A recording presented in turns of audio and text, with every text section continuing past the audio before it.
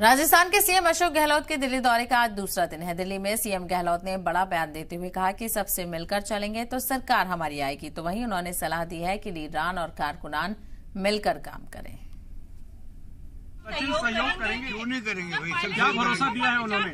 अंदर मीटिंग में सचिन ने क्या भरोसा दिया? क्या कमिटमेंट किया है उन्होंने? मुझे विश्वास है कि हाईकमान के साथ में बैठना, बात करना, उसके बाद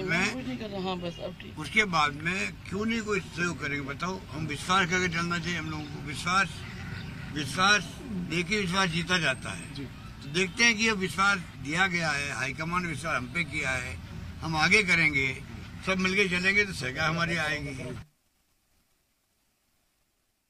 और जो मुझसे हो सकता था, मैंने 5 साल के अंदर गवर्नेंस देने में, योजना बनाने में मैंने कमी नहीं रखी है।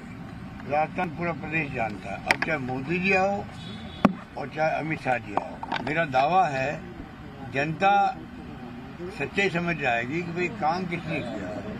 वो राष्ट्रीय राजनीति की बात करने लग जाते हैं।